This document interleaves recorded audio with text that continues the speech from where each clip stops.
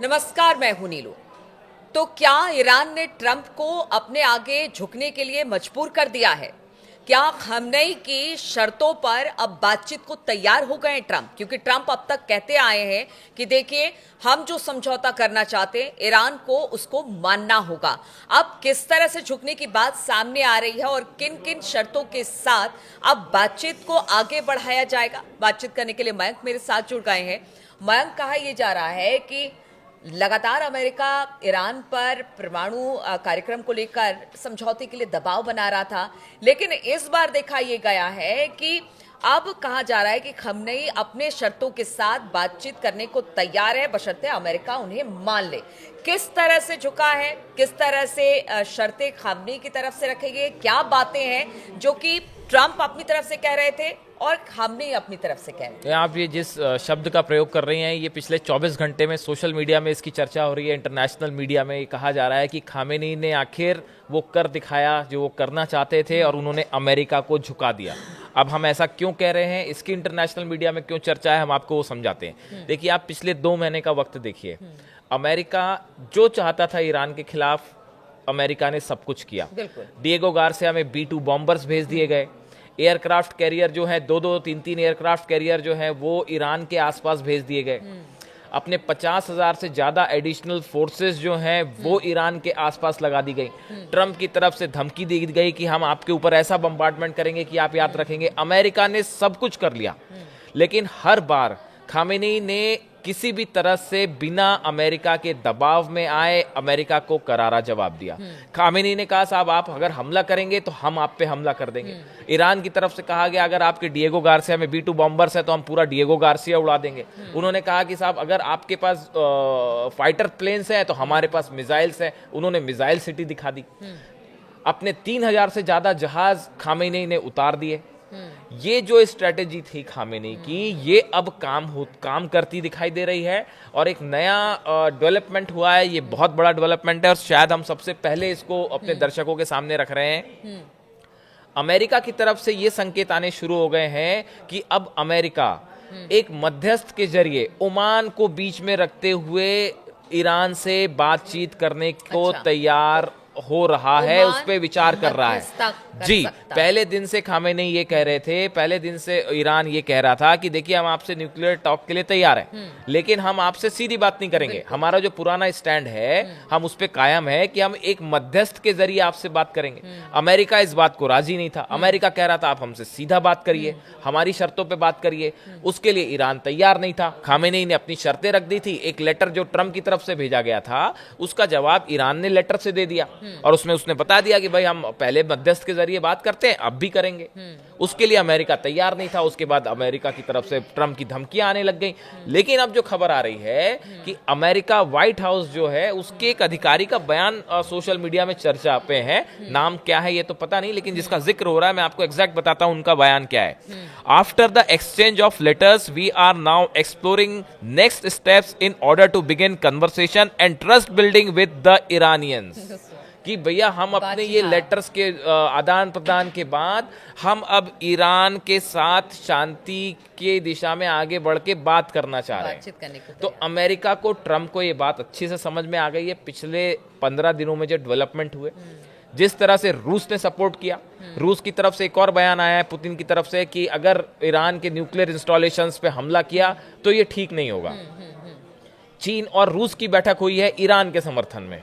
उस तरफ से किम जोंग जो है वो अपने ड्रोन्स देने के लिए ड्रोन्स दे चुके हैं। तो ऐसी स्थिति में जो खamenei ने एक मजबूती दिखाई, ईरान ने जो मजबूती दिखाई है, अब वो रंग लाने लगी है। और हो सकता है कि अगले 24 से 48 घंटे में इस तरह की कोई खबर आए कि अमेरिका जो है वो ईरान की शर्तों को मानते हुए, एक मध्यस्थ को बीच में रखते हुए वार्ता आगे, बातचीत के लिए आगे बढ़ गया। ये एक बड़ा डेवलपमेंट है। ठीक है मयंक, एक बात बताइए, चूंकि हम लगातार ये कहते रहे कि अमेरिका की धमकी, और देखिए ट्रंप के बारे में तो हम कहते ही रहे हैं कि बड़ा अनप्रेडिक्टेबल है ट्रंप, कभी भी कुछ भी बोल देते हैं, बाद में उनको बैकफुट पर लौटना पड़ता है। जैसे हमारे दर्शक भी जो कमेंट्स करते हैं उसके बारे में भी चर्चा कर लिए। उनका कहना है कि देखिए वॉर होकर रहेगा, ये चीज़ है, लेकिन हम फैक्ट्स अपने दर्शकों के लिए लेकर आते हैं। जो भी डेवलपमेंट होता है हम उन्हें बताते हैं। यानी कि अब एक बार जिस तरह से युद्ध की तैयारी में, चाहे वो अमेरिका हो, ईरान हो, उसके सपोर्टिव देश हो, वो सब जुट गए थे। लेकिन अब इस बीच एक अच्छी खबर, क्योंकि बहुत सारे लोग चाहते हैं कि देखिए युद्ध जैसे हालात ना बने। परिस्थिति उस तरह से ना बने, तो अब एक शांति वार्ता या फिर कह लीजिए समझौते की राजनीति यहाँ पर दिखाई दे रही है। देखिए असल में क्या है, इसकी जो इनसाइड स्टोरी हमको समझनी चाहिए कि जो ट्रम्प एडमिनिस्ट्रेशन है, इनके जो ट्रम्प के एडवाइजर्स हैं, ये दो भागों में बटे हुए हैं। एक का कहना ऐसा है कि ईरान के साथ, ईरान जो कह रहा है कि भाई ओमान को मध्यस्थ रखते हुए हम बातचीत शुरू कर दें, वो बातचीत करनी चाहिए। ट्रम्प के आधे एडवाइजर्स ये कह रहे हैं कि ये बातचीत का फायदा नहीं होगा, ईरान के ऊपर हमला कर देना चाहिए। तो अब ट्रम्प की स्थिति ऐसी है कि आधे लोग, आधे एडवाइजर्स उनके कह रहे हैं कि भाई आप बातचीत करिए, आधे कह रहे हैं कि हमला कर देना चाहिए। अब इन पूरे हालात में देखिए बड़ा मिलिट्री बिल्डअप हो चुका है दोनों तरफ से। मतलब देखिए क्या हो रहा था कि शुरू में, देखिए पहले तो दो बात समझनी पड़ेगी कि ट्रम्प जो है, ट्रम्प जब पिछली बार सत्ता में आए थे तो 2015 की जो ईरान के साथ न्यूक्लियर डील हुई थी, इससे वो पीछे हट गए थे और उन्होंने ईरान के ऊपर बड़े सैंक्शंस लगा दिए थे कि भाई प्रेशराइज करें ईरान को। अब इस बार ईरान का कहना ही ऐसा था कि भाई हम आपके साथ डील कर लें, उसके बाद आप कल को इस डील से हट जाओगे, या आप जो है जिस तरह से आप धमकियां दे रहे हो, तो आप धमकी देने के दौरान कैसे आपसे बातचीत हो सकती है? आप कह रहे हो कि हम आपको खत्म कर देंगे, ऐसे में हम कैसे बातचीत कर सकते हैं? तो ईरान अपनी जगह, ईरान की अगर एज ए कंट्री देखा जाए तो उन्होंने अपनी संप्रभुता दिखाते हुए खामेनेई ने ये कहा भाई कि हम किसी दबाव में आके आपसे डील नहीं करेंगे, हम अपनी शर्तों पे, अपने हिसाब से जो हमको लगता है हम उस पर बातचीत करेंगे।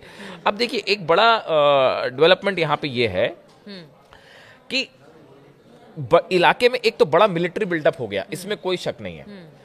ट्रंप ने ये सोचा था शायद कि हम अगर मिलिट्री प्रेशराइज करेंगे ईरान को, तो शायद ये हो सकता है कि ईरान दबाव में आ जाए और हमारी टर्म्स पे डील हो जाए। ऐसा हो सकता है कि अमेरिका ने सोचा हो, या कुछ एडवाइजर्स जो हैं ट्रंप के, उन्होंने ये सोचा। लेकिन जिस तरह से खामेनेई और ईरान ने रिएक्ट किया, इसकी उम्मीद शायद अमेरिका को या कई यूरोपियन कंट्रीज को नहीं थी कि इतनी सारी मिसाइल्स का प्रदर्शन हो जाएगा, शिप्स, वॉरशिप्स उतार दिए जाएंगे और खामेनी की तरफ से लगातार ये बयान आ जाएंगे कि भाई हम नहीं डर रहे, रूस से समर्थन मिलने लगेगा, चीन से मिलने लगेगा। तो एक बात तो ये समझनी पड़ेगी भाई कि अब ईरान वो वाला ईरान नहीं है जो आज से 20 साल पहले था। ईरान भी इसकी बात की तैयारी में लगा था कि आज नहीं तो कल लड़ाई हो सकती है, स्थिति बनेगी। बिल्कुल। तो अब जो हालात ये हैं कि जो अमेरिका की एक दबाव डाल के काम करवाने वाली नीति थी, उसमें खामेनेई उसमें दबाव में नहीं आए, ईरान उस दबाव में नहीं आया। ईरान ने भी अपना पूरा शक्ति प्रदर्शन किया जितना कि अमेरिका कर रहा है। अब इस स्थिति में एक वॉर में जाना, देखिए इस समय पूरे वर्ल्ड में इकोनॉमिक स्लोडाउन का खतरा मंडरा रहा है। ऐसी स्थिति में ईरान के एक ऐसी कंट्री के साथ वॉर करना जहां पे सबसे बड़ा ऑयल एक्सपोर्टर है, जहां पे इतना बड़ा ऑयल का भंडार है, अगर आप उस पे स्ट्राइक करते हैं और वॉर हो जाती है, तो आप समझिए यूरोप की क्या हालत होगी, अमेरिका की इकोनॉमी की क्या हालत होगी और दुनिया में क्या हाहाकार मचेगा। तो इतना आसान नहीं है ट्रंप के लिए कि हमला करना। बिल्कुल। तो ट्रंप ने आंख जरूर दिखाई, ट्रंप ने जताने और बताने की कोशिश की कि देखिए ईरान से हम किसी तरह का कोई समझौता नहीं करेंगे, लेकिन अब स्थिति परिस्थिति कुछ इससे उलट दिखाई दे रही है।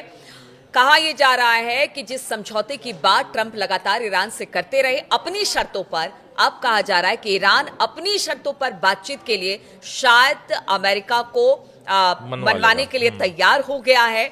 और अब ऐसे में देखना होगा कि कब ये वार्ता शुरू होती है, कौन करता है मध्यस्थता, किस तरह से आगे बढ़ती है ये बात, इस पर लगातार हमारी नजर बनी रहेगी।